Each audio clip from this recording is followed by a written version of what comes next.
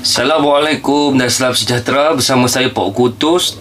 Hari ini saya nak kongsikan tentang Hycoki Rotary Hammer and Drill model number DH18DPA.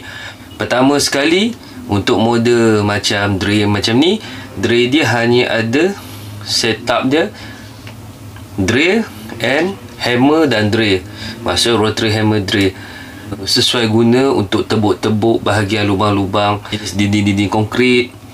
Memang adalah sangat sesuai. Untuk model ni datang dengan lengkap dengan dia punya handle yang boleh dilaraskan dan juga dia punya deep gauge.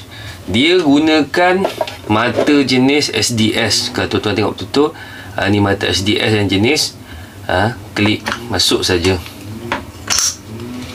Pertama sekali kita akan bercakap tentang dia punya spek dia yang ada pada model ni. Model ni lengkap dengan frame jenis, saya buang dulu lah, reactive force control, jenis frame low vibration handle. Maksudnya frame, antara frame dia ada sistem untuk mengurangkan vibration ketika digunakan. Kemudian dia juga ada teknologi reactive force control safety function. Maksudnya apabila drill kita ketika digunakan melekat ke apa dekat besi bahagian dalam, dia akan sendiri berhenti. Nanti saya akan tunjukkan. Motor jenis brushless motor dan dia juga ada auto stop function. Bateri yang sesuai digunakan untuk model ni adalah jenis bateri 18 volt atau bateri multivolt 36 volt punya.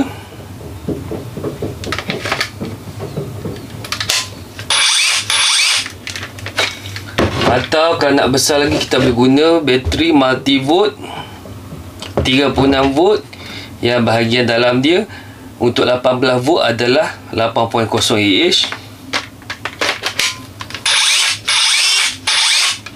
Ah. Atau untuk pengguna-pengguna yang banyak menggunakan brand-brand Milwaukee, tuan-tuan just boleh beli adapter untuk bateri Milwaukee kepada tools Hycoki 18 volt.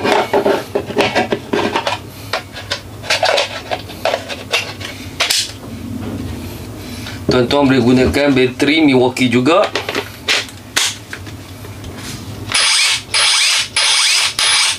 Ah atau sehinggalah bateri 8.0 Ah. Saya akan tunjukkan demonstrasi kali ini tentang first kali dia punya auto stop function. Auto stop function ni saya dah uji pada konkrit yang seperti dalam video ni. Tuan-tuan boleh tengok sendiri. Saya tandakan dengan masking tape satu untuk anggaran jarak berhenti pada tools berkenaan, dan peratusan ketepatan dia ketika menebuk 7% lah dia punya accuracy dia tu. Ketepatan dia sebab apa? Sistem dia menggunakan timer. Maksudnya untuk first drill kita tu, kita gunakan trigger time punya. So bergantung pada jenis konkrit juga. Kalau konkrit tu jenis yang semua sama padat, insya-Allah kita akan dapat ketepatan yang sama. Kalau konkrit tu jenis tak berapa, ada yang padat setengah tempat, ada setengah tak padat, jadi dia akan ada lari sikit lah. Tapi still dalam saya punya ujian sebelum-sebelum ni pun mendapati kebanyakannya dia cuma terlebih dalam sikit saja. Dia terkurang tidak. So kita tak ada masalah pasang wall plug. Jadi ngam-ngam dia akan masuk wall plug kita dan kita boleh pasang kita punya skru dengan mudah.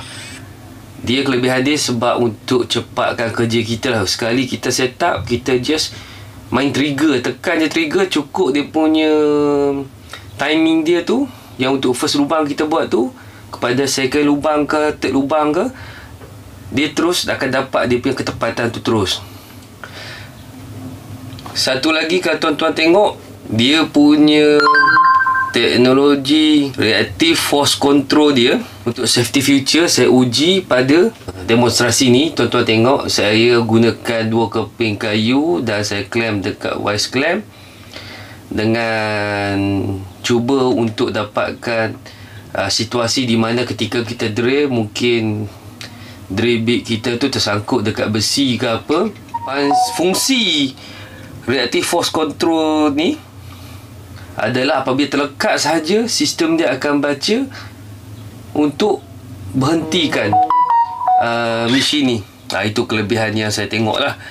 Untuk kebanyakan model tak ada dia letak features ni. So saya akan tunjuk contoh saya guna dekat Milwaukee M12CS yang tak ada teknologi ni. Kalau tuan-tuan tengok, dia akan terus kilas lagi kita punya tools kita walaupun dah tersangkut. So dia akan, orang cakap apa, macam tendang lah tangan kita. So dari sudut safety apa semua tu maybe kurang bagus lah. So saya uji pula dengan high koki ni untuk nak tengok dia punya berfungsi ataupun sekadar gimmick saja. So kalau tuan-tuan tengok, ketika saya buat ni, dia akan terus, bila melekat dia kick dia akan berhenti tau. Dia akan terus menyala 2 biji lampu ni. Isyarat sensor tu lah. Saya cakap pun tak pandai sangat. Dia punya isyarat tu menunjukkan dia punya sistem dia berfungsi dan trigger terus mati. Itu yang saya nampak kelebihan yang ada pada model ni lah. Untuk model ni bagi saya memang satu pelaburan yang bijak lah. Dia punya impact joules dia pun boleh tahan jugalah. Untuk model kecil macam ni, dia punya impact energy dia ada 1.3 joules tau. Dia punya berat pun dalam 2.3 kg saja tanpa bateri.